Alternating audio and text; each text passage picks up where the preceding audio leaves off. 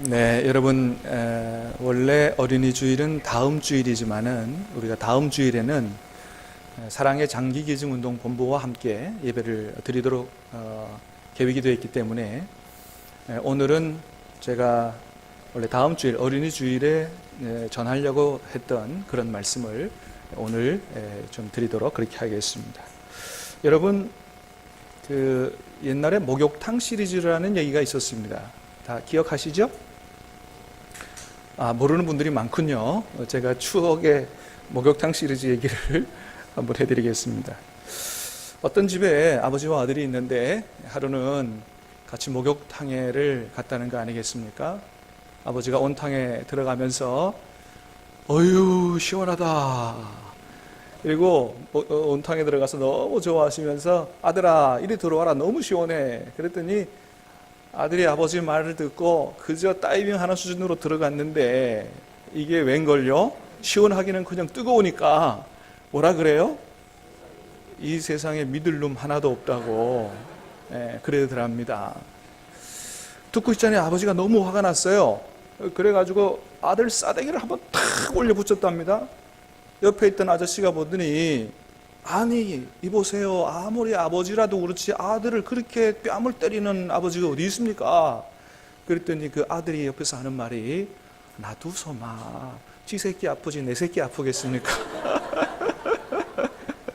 그러더랍니다. 나중에 세월이 흘렀습니다. 이 아들이 장가를 갔습니다. 아들을 낳았습니다. 그래서 아버지 집에 아들과 함께 이제 모처럼 만에 갔는데 별로 할 것도 없고 해서 이제 할아버지, 아버지, 손자 셋이서 또다시 목욕탕에를 갔답니다. 목욕탕에 가서 또다시 할아버지가 온탕에 들어가서 하는 말이 아이고 시원해라 너무 좋다 하면서 이번에 손자에게 손자야 이리 오너라 너무 좋다 그랬더니 손자가 하는 말이 아버지요 그때 그놈이 이놈입니까? 그러더랍니다. 아이고. 여러분 다 웃자고 하는 얘기겠죠. 그런데 웃자고 하니까 마음 한켠에 좀 이렇게 편치 않은 부분이 있습니다. 왜냐하면 이것이 꼭 그 우리 시대를 풍자해서 만들어낸 얘기이기 때문에 얘기인 것 같기 때문에 그런 거예요. 그래서 이런 경우를 웃프다고 하지요? 웃프다. 웃기도 하고 슬프기도 하다. 그런 얘기를 하는데 여러분 그렇습니다. 오늘 우리 시대에 최고의 아이러니가 있다면 그것은 아마도 우리의 자녀 교육이 아닌가 싶습니다. 왜냐하면 어떻게 보면 반만년 역사 가운데 오늘 우리 시대가 자녀 교육에 대한 열심이 최고다. 이렇게 할 수 있는데 가만 생각해 보면 잘못돼 가는 자녀들은 제일 많은 시대가 우리 시대가 아닌가. 그렇게 자녀들을 잘 키워보려고 부모들이 대단한 열의와 열심을 가지고 하는데 빗나가는 자녀들은 제일 많은 시대가 오늘 우리 시대가 아닌가 생각이 된다는 거죠. 아이들이 뭐 어른을 봐도 인사 안 하는 것은 뭐 고사하고 교복을 입고 그냥 대놓고 담배를 피우지 않나. 가서 한마디 훈계라도 한마디 하려고 그러면 그냥 죄송하다고 막 부끄러워할 줄도 모르고 대들지를 않나. 아들이 아버지를 때렸다는 얘기가 없나. 죽였다는 얘기가 없나. 어이구 여러분 어디 무서워서 자식들한테 말이라도 한마디 하겠습니까? 요즘 우리 시대가 그런 시대라는 거죠. 여러분 우리나라가 어쩌다가 이렇게까지 됐을까요? 어쩌다가 이렇게까지. 여러분 사실은 그 이유는 설명하지 않아도 너무나 분명한 것이죠. 한마디로 말하면 우리가 자녀들 잘못 키워서 그런 거죠. 다시 말하면 우리가 자녀를 잘 키우고자 하는 열심은 대단한데 자녀를 키우는 방식이 잘못되지 않았나 생각을 하는 것이죠. 그 첫 번째가 뭐냐? 오늘 우리 시대의 교육이 우리가 잘 아는 것처럼 우리 아이들을 어떻게 하면 사람다운 사람 만드느냐 이런 교육이기보다 입시 위주, 출세 위주의 교육이 되다 보니까 이렇게 된 게 아닌가. 물론 여러분 이것은 우리 한국의 공교육을 얘기하는 게 아니에요. 그래도 여러분 학교에서는 선생님들이 그래도 아이들을 잘 키워보려고 노력을 하지 않아요? 그런데 이런 입시, 출세 위주의 교육이 우리 가정에서부터 사회 전반적으로 다 그렇다는 거예요. 물론 우리 가정에서도 우리 자녀들 기를 때 어른 공경할 줄 알아야 된다, 바르게 잘 커야 된다라고 이렇게 인성교육하지만, 그러나 그런 얘기보다도 더 어떤 얘기를 더 많이 듣고 자라요? 성적 얘기, 대학 얘기, 취업 얘기, 이런 얘기를 더 많이 듣고 자라다 보니까 우리가 어쩌다 하는 이 인성교육이 제대로 되지 않고, 그러다 보니까 부모님 얘기는 잔소리로 듣고, 저 선생님을 존경할 줄 모르고 선생님을 지식 전달하는 사람 정도로 그렇게 취급해버리는 이런 안타까운 현실을 맞이하게 된 건 아닌가. 또 교인들 중에서도 공부를 위해서는 가끔 예배 빼먹어도 괜찮다 이렇게 가르치는 부모들이 있다고 하니, 여러분 어떻게 우리 자녀들이 하나님 앞에서 올바르게 잘 자랄 수가 있겠느냐 하는 거죠. 두 번째 문제는 우리 부모들의 잘못된 자녀 사랑 때문이 아닌가 생각을 합니다. 우리나라의 가정사역자로 아주 가장 유명하신 이기복 교수님. 이기복 교수님 그러니까 남자분인 줄 아는 분들이 많은데 여자분이에요. 이분이 가정사역에 대한 책들을 아주 많이 쓰셨는데, 대표적인 게 성경적 부모교실, 또 성경적 아내교실, 결혼 코칭, 잘하는 중이니까 괜찮아. 잘하는 주인이 괜찮다는 거예요. 잘못해도 얼마든지 나중에는 하나님 은혜 가운데 잘 자랄 수 있다. 이런 책을 썼는데, 이런 성경적 부모교실이라든지 잘하는 주인이니까 괜찮아, 이런 책에 보면 자녀 사랑에 대한 부모들의 잘못된 사랑, 또 참된 사랑, 이게 어떤 건지를 잘 얘기해 주고 있어요. 부모들의 잘못된 사랑 몇 가지를 얘기하는데, 첫 번째는 뭐냐 하면 과잉보호 사랑이라는 거예요. 과잉보호 사랑. 하나부터 끝까지 부모가 다 해주려고 하는 거죠. 이렇게 하다 보면 자녀가 스스로 어떤 생각을 하냐 하면, 나는 되게 못난 자녀구나, 무능력한 사람이구나, 이렇게 자녀가 생각을 한다는 거예요. 내가 이렇게 못났으니까 우리 부모님이 나를 다 챙겨주는구나. 그래서 늘 자신 없어 하는 자녀로 크게 된다는 거죠. 여러분, 우리 자녀들이 어렸을 때 넘어지고 하는 게 당연하잖아요. 그러니까 실수를 통해서도 깨닫고 클 수 있는 그런 기회를 줘야 되는데, 실수할 기회조차도 부모들이 안 준다는 거예요. 다 알아서 모든 것들을 다 해주니까 나는 무능력한 사람이구나, 이렇게 생각을 한다는 거죠. 두 번째는 무절제한 사랑. 해달라는 대로 다 해주는 거죠. 아이고 내 새끼 하면서 원하는 대로 다 해주는 거예요. 이거 여러분 잘못된 사랑이라는 것입니다. 세 번째는 권위 없는 사랑, 잘못된 사랑이다. 자녀 사랑한다고 안 되는 것을 안 된다고 단호하게 얘기 못하는 거죠. 그래서 그냥 계속 자녀에게 끌려다니는 거예요. 이거 사달라면 이거 안 사주면 굶는다 그러고, 공부 안 한다 그러니까 그냥 막 핸드폰도 맞다 그러잖아요. 막 그런다는 거죠. 그러니까 나중에 이 아이가 어떻게 크냐 하면, 어른도 몰라보고 부모도 몰라보는 무인격 자녀로 큰다는 거예요. 부모조차도 맨날 끌려다니니까. 네 번째는 완벽주의 사랑, 잘못된 사랑이라는 것입니다. 완벽하게 크라는 거예요. 애가 공부를 열심히 해가지고 2등 해와도 그거 봐, 네가 이것만 안 틀리면 1등 하잖아, 이러면서 칭찬해 줄지 모르고 계속해서 1등, 그 다음에 전교 1등 계속해서. 그러니까 이 아이들은 늘 부모에게 만족을 못 드리니까 어떻게 하면 더 잘할까 해서 늘 스트레스를 받고 강박관념에 시달리는 행복하지 못한 아이가 되어버린다는 것입니다. 또 하나는 조건부 사랑이에요. 엄마 말 잘 들어야 사랑할 거야, 공부 잘해야지 이뻐할 거야, 이렇게 자꾸 무슨 조건을 내거는 거예요. 이렇게 해야 이렇게 해준다. 있는 그대로 사랑해주지 못하고, 물론 부모가 사랑하지만 아이들 측에서 받아들이는 것은 내가 이렇게만 해야만 우리 부모가 날 사랑하는 거야. 그러니까 늘 부모 눈치를 보는 거예요. 어떻게 하면 우리 부모가 만족하도록 기뻐하도록 할까, 이렇게 다른 사람 눈치만 보고 사는 이런 아이로 키운다는 것이죠. 또 편애, 잘 알죠? 집착, 강요, 이런 것들이 다 잘못된 사랑이라고 이야기를 하고 있는 것입니다. 인터넷에 어느 한 교수님의 뭉클한 이야기가 인터넷에 떴는데, 그 제목이 뭐냐 하면 나는 꼴찌였다, 이런 제목으로 글이 떴어요. 이분이 누구냐 하면 바로 전 경북대 총장을 지내신 박찬석 교수님인데, 이분의 집은 원래 경남 산청이었다 그럽니다. 산청 지금도 뭐 그렇게 잘 사는 동네가 아니잖아요. 그래서 이 가난하고 못 배운 부모님이 아들이라도 잘 키워보려고 중학교 때 벌써 저 대구로 유학을 보냈다 그래요. 그래서 이분이 대구 중학교를 다녔는데 공부를 하기 싫었던 거예요. 공부를 너무 하기 싫었어요. 그래서 중학교 때 이제 시험을 봤는데 뭐냐 하면 전교 꼴찌를 한 것입니다. 전교 꼴찌를 했어요. 성적표를 받아 들고 이제 방학이 돼서 집에 부모님한테 가야 되는데 나를 이 가난한 집에서 유학까지 보냈는데 이거 전교 꼴찌 성적표를 가지고 부모님한테 가려니까 도저히 성적표를 보여드릴 면목이 안 쓰는 거예요. 그래서 성적표를 고쳤습니다. 뭐냐 하면 전교 1등으로 고쳤어요. 와, 간도 크지. 전교 1등으로 고쳤어요.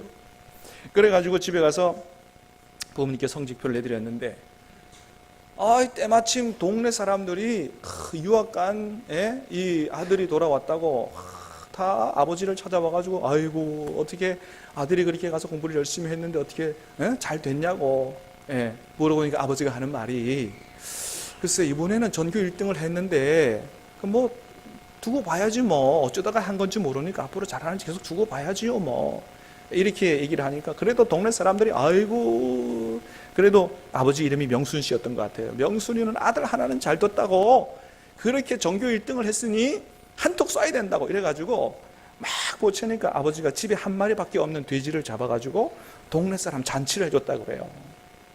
이야, 그 상황을 지켜본 이 아들 기가 막힌 노릇 아닙니까? 자기 사실은 전교 꼴찌인데 조작된 성적표 때문에 집에 한 마리밖에 없는 재산 목록 1호 돼지를 잡아가지고 잔치를 했으니 아이고 죄책감이 시달려가지고 이 아들이 쫓아나가서 강물에도 뛰어들고 지 머리도 쥐어박아보고 이런 세상에 나쁜 놈이 있나 막 이렇게 자기 자책을 하다가 마음을 고쳐먹고 결심을 했답니다. 그래, 비록 성적표 조작을 했지만은 내가 정말로 전교 1등이 되도록 열심히 공부하자. 이렇게 해서 열심히 공부해서 17년 후에는 대학 교수가 됐다는 거예요. 야, 그러니까 여러분 마음만 고쳐먹으면 전교 꼴찌도 대학 교수가 될 수 있습니다. 그래서 이분이 이제 결혼을 하고 아들을 낳고 이 아들이 중학생이 됐을 즈음에 옛날에 그 중학교 때 일이 생각나서 아버지 어머니 찾아가가지고 이제 옛날 일을 이제 사죄를 하려고 어머니요, 사실은 제가 중학교 때 그 성적표 얘기를 꺼내는데 옆에 듣던 아버지가 그만해라, 마 손자 듣는다 이런 얘기를 하더라는 거예요. 뭔 얘기입니까? 아버지 다 알고 있었다는 얘기예요. 옛날 그 사건을 다 알고 있었다는 거예요. 여러분, 이 얼마나 감동적인 얘기입니까? 알고도 속아준 부모님, 아들을 끝까지 믿고 기다려주신 부모님, 그 부모님의 인내와 사랑이 그 아들로 하여금 마음을 고쳐먹고 바른 길로 가도록 했던 원동력이었죠. 여러분, 그렇습니다. 진짜 자식 사랑은 막 강요하는 게 아니에요. 강요한다고 되는 것도 아니에요. 기다려주기만 해도 얼마든지 잘 될 수 있다는 것이죠. 아니, 여러분, 진정한 사랑은 기다려주는 것입니다. 여러분, 하나님이 우리에게 그렇게 하시잖아요. 여러분, 하나님이 저와 여러분을 보실 때 날마다 기쁘시겠어요? 아니요, 속상하실 때도 많을 거예요. 야, 이놈아, 아직도 그밖에 안 되냐? 속상하실 때도 많으실 거예요. 그런데도 어떻게 해요? 하나님은 끝까지 기다려주시잖아요. 내가 너를 기다리다 도대체 지쳐갖고 안 되겠다, 그냥 그래서 내 버리시는 게 아니고, 고린도전서 13장에 나오는 것처럼 사랑은 모든 것을 참으며 모든 것을 바라며 라는 말씀대로 주님은 끝까지 참으시고, 그래 아들아, 네가 언젠가는 잘 될 거야 라고 하는 소망을 가지고 끝까지 기다려주시는 사랑이 바로 저와 여러분을 향한 하나님의 사랑이요, 이것이 진정한 참된 사랑이다 라고 하는 것입니다. 여러분, 그래요. 진정한 사랑은 내가 원하는 대로 자식이 가도록 막 조종하고 강요하는 게 아니고, 오히려 모든 것을 바라며 참으며 기도하며 기다려주는 게, 이게 참된 자식 사랑이다 하는 것을 우리는 성경을 통해서 보게 되는 것이죠. 여러분, 특별히 우리는 오늘 본문을 통해서 한나라는 어머니 어떻게 하나밖에 없는 자녀를 제대로 키웠나, 이걸 보면서 어떻게 하면 하나님 앞에서 우리 자식을 제대로 잘 키울까 하는 아주 중요한 교훈을 받게 되는데, 한나는 첫 번째 사무엘을 평생에 하나님께 드렸던 사람이다라는 거예요. 평생을 하나님께 드렸다. 우리가 오늘 본문에서 읽진 않았지만은 1장 27절 28절 말씀 보면 이런 말씀이 있어요. 우리 한번 같이 스크린을 보고 읽어보겠습니다. 시작. 이 아이를 위하여 내가 기도하였더니 내가 구하여 기도한 바를 여호와께서 내게 허락하신지라. 그러므로 나도 그를 여호와께 드리되 그의 평생을 여호와께 드리나이다 하고 그가 거기서 여호와께 경배하니라. 아멘. 내가 기도했더니 하나님께서 기도 응답하셔서 주신 아들, 내가 이 아들을 하나님 앞에 평생에 드리겠다. 이렇게 해서 실제로 그 아들의 인생을 하나님께 드렸다는 거예요. 정말로 하나밖에 없는 천금 같은 아들이죠. 그래도 하나님 앞에 그 아들을 평생 드렸다는 것입니다. 여러분, 우리는 어떻습니까? 하나님이 우리에게 주신 그 자녀들의 인생을 평생 하나님 앞에 내어드리고 있느냐라고 하는 것이죠. 여러분, 이 말은 우리 모든 자녀들을 다 목회자나 다 선교사 만들자 하는 것은 아니에요. 그건 아니에요. 그러나 우리가 어렸을 때부터 우리 자녀들에게, 얘들아, 너는 하나님이 내게 주신 자녀야. 너는 하나님이 너를 정말로 하나님의 영광과 이 땅에 하나님의 나라를 이루어가는 일에, 많은 사람을 구원하는 일에 하나님이 쓰시도록 잘 준비시키기 위해서 하나님이 내게 맡기신 하나님의 아들과 딸이야. 그러니 앞으로 너는 살 때 단순히 하나님 모르는 사람, 세상 사람들처럼 돈을 위해서, 출세를 위해서만 살지 말고 정말로 하나님의 영광을 위해서 많은 사람을 구원하고 하나님의 나라를 이루어 가도록 너의 인생을 그렇게 드리며 살아가라 라고 그렇게 가르치고 있느냐는 거예요. 그렇게 아이가 그렇게 거룩한 꿈과 그런 생각을 가지고 자신의 인생을 하나님께 드리도록 하는 그런 가르침을 어렸을 때부터 우리가 하고 있느냐라고 하는 것입니다. 한나는 사무엘이 어렸을 때부터 너는 하나님이 내게 주신 아들이라고 하는, 나는 하나님의 사람이다라고 하는 거룩한 그런 신앙적 정체성과 하나님의 영광을 위해 살아가야 된다고 하는 그런 거룩한 꿈을 심어주는 그런 교육을 한나는 했다는 것입니다. 그래서 한나는 사무엘을 어렸을 때부터 성막에서 자라게 했던 걸 보게 돼요. 그러니까 교회에서 자라게 하는 거죠. 어렸을 때부터. 자, 11절 말씀을 한번 보겠습니다. 11절입니다. 11절 시작. 엘가나는 라마의 자기 집으로 돌아가고 그 아이는 제사장 엘리 앞에서 여호와를 섬기니라. 아멘. 젖된 후에 이 어린 아들 사무엘을 엘리 제사장 앞에 교회로 데려가서 이제 거기다 띄워놓고 부모들은 집으로 가고 아이 사무엘은 그때부터 계속해서 교회에서 자라나는 아이가 됐다라고 하는 것입니다. 그래서 이후의 말씀을 보면 이렇게 교회에서 자라난 사무엘의 인생을 하나님께서 이끌어 가시는 걸 보게 돼요. 그 아이의 인생을 누가 이끌어 갔다고요? 하나님께서 이끌어가고 그를 하나님께서 만들어 가시는 것을 보게 됩니다. 여러분, 그렇습니다. 우리가 우리 자녀 손들을 어렸을 때부터 교회에서 자라나게 해야 됩니다. 여러분, 그래야 우리 자녀들이 하나님의 은혜 가운데 자라나지 않겠어요? 교회에서 자라나게 해야 돼요. 여러분, 그래서 우리가 주말이든지 주일이든지 그저 여러 학원에만 다니는 그런 아이들로 키우는 거, 이건 절대 잘 키우는 것이 아니다라고 하는 사실을 우리가 분명히 깨달아 알아야 된다고 하는 거예요. 교회에서 자라나도록 해야 된다. 자, 그런데 우리가 한 가지 생각해야 될 게 있습니다. 그러면 그저 교회만 열심히 나오도록 하면 우리 아이가 잘 되느냐? 그렇지 않다는 것입니다. 12절 말씀을 한번 같이 읽어보겠습니다. 12절입니다. 12절 시작. 엘리의 아들들은 행실이 나빠 여호와를 알지 못하더라. 아멘. 여러분, 엘리의 아들들은 행실이 나빠 여호와를 알지 못한다. 엘리의 아들들이 누구예요? 오늘날로 말하면 목회자 자녀들입니다. 목회자 자녀들이니까 이건 모태신앙이고 평생을 교회 마당에서 자란 아이들이에요. 근데 놀랍게도 이 아이들이 하나님을 알지 못한다는 거예요. 여러분, 평생을 목사들로 교회에서 자라났는데 어떻게 하나님을 모르겠어요?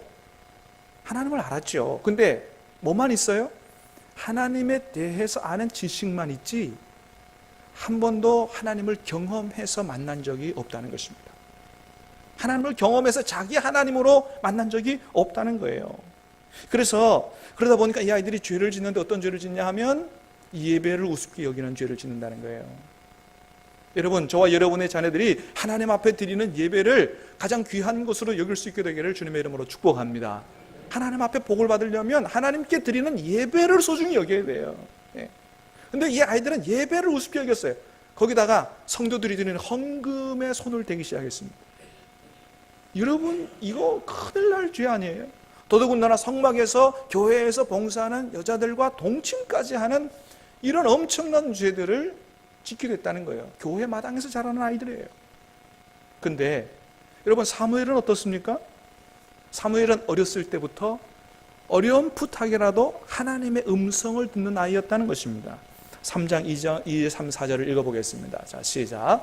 엘리의 눈이 점점 어두워가서 잘 보지 못하는 그때에 그가 자기 처소에 누웠고 하나님의 등불은 아직 꺼지지 아니하였으며 하나님 궤에 있는 여호와의 전 안에 누웠더니 여호와께서 사무엘을 부르시는지라 그가 대답하되 내게 여기 있나이다 하고 10절 말씀도 한번 읽어보겠습니다. 시작. 여호와께서 임하여 서서 전과 같이 사무엘아 사무엘아 부르시는지라 사무엘이 이르시되 말씀하옵소서 주의 종이 듣겠나이다. 아멘. 이 말씀을 읽어보면 첫 번째, 하나님이 불렀을 때 사무엘이 그게 하나님의 음성인 줄 몰랐습니다. 엘리가 부르는, 제사장이 부르는 건 줄 알았어요. 근데 나중에 가면 갈수록 나중에 하나님의 음성임을 알게 됐고 하나님의 말씀에 내가 순종하겠습니다. 주의 종이 듣겠사오니 말씀하옵소서. 이런 아이가 됐다는 것입니다. 여러분, 그래요. 사무엘은 어렸을 때부터 하나님의 음성을 들을 수 있는 아이였다. 여러분, 그래서 우리가 우리 자녀들에게 큐티를 가르치는 게 얼마나 중요하다라고 하는 것을 우리가 알게 되는 거예요. 여러분, 하나님의 음성을 들을 수 있어야 돼요. 하나님에 대해서 아는 것을 넘어서서 하나님을 경험하여 알아야 돼요. 사랑하는 여러분, 저와 여러분이 살아계신 하나님, 부활하신 하나님, 오늘도 우리 가운데 계신 하나님의 음성을 들을 수 있게 되기를 주님의 이름으로 축복합니다. 여러분, 그래서 저와 여러분이 먼저 큐티를 배워서 하나님의 음성을 듣고 교제하며 순종하는 이런 것을 알고 우리 자녀에게 그 비결을 가르쳐줘야 돼요. 그렇게만 된다면, 그래서 우리 자녀들이 하나님의 음성을 들을 수 있는 아이만 된다면 우리 아이들을 어디다가 내놔도 여러분 걱정하지 않아도 됩니다. 여러분, 사실은 우리가 무슨 정말 대구로 유학 가든지 아니면 서울로 유학 가든지 그 아이를 끝까지 맨날 쫓아다니면서 이래라 저래라 할 수 없어요. 세상이 얼마나 위험해요, 악해요. 죄의 유혹에 빠질 수도 있어요. 그러나 하나님의 음성을 듣는 아이만 된다면 걱정할 게 없어요. 왜요? 내가 못해도 누가 하시니까? 하나님이 하시니까. 하나님이 옳고 그런 것을 말씀하시고 가야 될 곳과 가지 말아야 될 것에 대해서 하나님이 말씀해 주시기 때문에, 그래서 그 아이들, 우리 자녀들의 앞날을 하나님께서 선한 곳으로 이끌어 가실 것이기 때문에 걱정할 것이 없다 하는 것입니다. 할렐루야. 그러므로 우리 자녀들에게 하나님의 음성을 들을 수 있는 비결을 가르쳐주는 게 얼마나 중요한지 모른다고 하는 것입니다. 그래서 교회만 나오는, 교회 마당에서만 자라는 아이들이 아니고 말씀 묵상을 통해서 하나님과 함께 하나님 앞에서 자라는 아이들로 키워야 한다는 것이에요. 세 번째, 한나는 사무엘을 기도함으로 키웠다라고 하는 것입니다. 기도함으로 키웠다. 여러분, 한나가 사무엘을 어떻게 얻었어요? 기도해서 얻은 아들이에요. 그죠? 자식이 없어서 고통받다가 하나님 아들 하나 달라고 기도해서 얻은 아들이에요. 그리고 그 아들을 평생을 하나님께 드렸습니다. 근데 이 아들을 위해서 기도하지 않았겠어요? 평생에 기도했을 거예요. 여러분, 그렇기 때문에 사무엘이 평생 기도하는 사람이 된 것입니다. 여러분, 우리가 잘 아는 성경 구절이 있어요. 내가 너희를 위하여 기도하기를 쉬는 죄를 범치 않겠다라고 한 그 말씀이 누구 말이에요? 사무엘의 말이에요.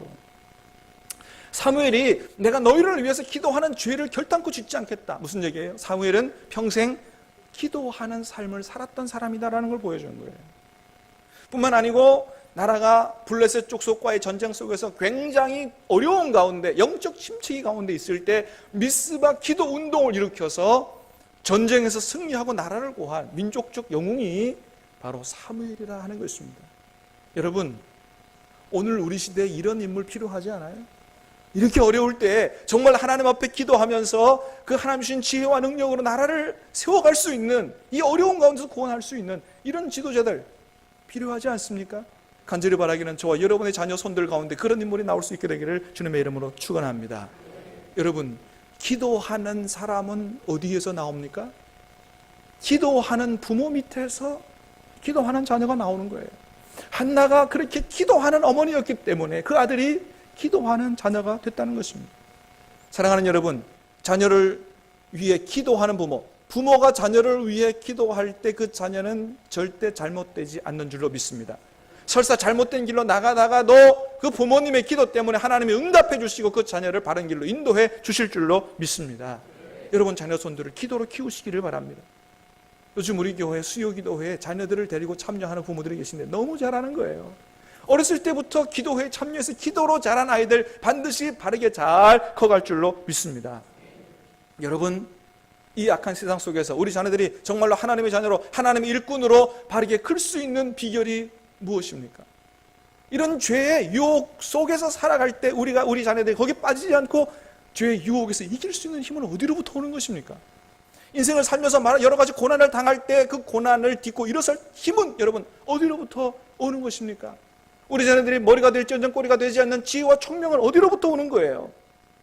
단순히 돈 벌고 출세하는 아이가 아니고 인류 공룡에 이바지하고 수많은 사람들을 위해서 자신의 인생을 들을 수 있는 이런 거룩하고 아름다운 꿈은 어디로부터 오는 것입니까? 다른 사람들은 절대 가질 수 없었던 다니엘만이 가졌던 지혜와 지식과 영감과 앞날을 내다볼 수 있는 영적 통찰력은 누구로부터 오는 것입니까? 사랑하는 여러분, 하나님으로부터 오는 것인 줄로 믿습니다. 할렐루야. 이 모든 것들은 하나님께로부터 오는 거예요. 그러므로 여러분, 우리가 우리 자녀들을 어떻게 키우는 것이 가장 잘 키우는 것입니까? 그것은 바로 하나님 앞에서 하나님과 함께 하나님의 영광을 위해서 자신의 인생을 드릴 줄 아는 아이로 키우는 것이 가장 잘 키우는 것인 줄로 믿습니다. 그렇게 키우면 우리 자녀들의 인생을 하나님이 이끌어 가시고 하나님이 만들어 가시고 하나님이 축복해 주실 줄로 믿습니다. 알버트 아인슈타인이 그런 얘기를 했어요. 똑같은 방법을 반복하면서 다른 결과가 나오기를 기대하는 사람은 정신병자다. 똑같은 방법을 반복하면서 다른 결과를 기대하는 것은 정신병자나 하는 생각이라는 거예요. 여러분, 오늘 우리가 우리 자녀들을 내가 그동안 어떻게 키워왔는지 여러분 한번 돌이켜 보십시다. 하나님의 뜻대로 잘못 키웠다고 한다면 여러분 지금부터라도 방법을 바꿀 수 있게 되기를 바랍니다. 그래서 우리 자녀들의 인생을 하나님이 이끌어 가시도록 하나님이 축복해 주시도록 그렇게 우리 자녀 교육의 방법을 바꿀 수 있게 되기를 바랍니다. 사랑하는 여러분, 간절히 바라기는 그러므로 말미암아 저와 여러분의 자녀들이 오늘 말씀의 사무엘처럼 요셉처럼 다니엘처럼 민족과 세계 열방을 위하여 하나님의 영광을 위하여 위대하게 쓰임받는 이런 귀한 인물로 자라날 수 있게 되기를 우리 주님의 이름으로 축복합니다. 우리 같이 찬양할 때